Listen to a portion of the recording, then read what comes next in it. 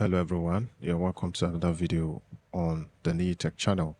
In this video, I'm going to be showing you how you can check the max capacity of RAM that your Windows PC can use.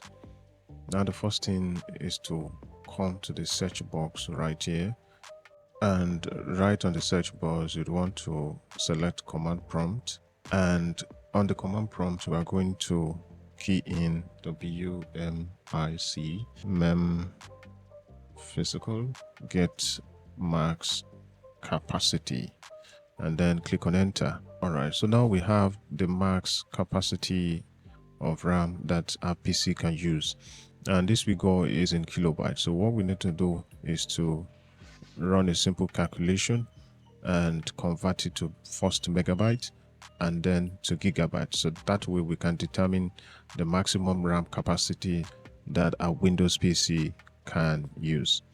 So I'll just copy this figure, and once it's copied we come to our calculator app, and then we can paste that in there, and we divide first with 1024 to get the max megabyte.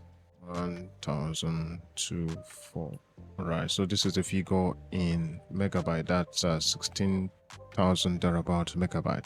So we go again, divide again by 1024 to get the gigabyte size. So this Windows PC can only use a max RAM of 16 gig.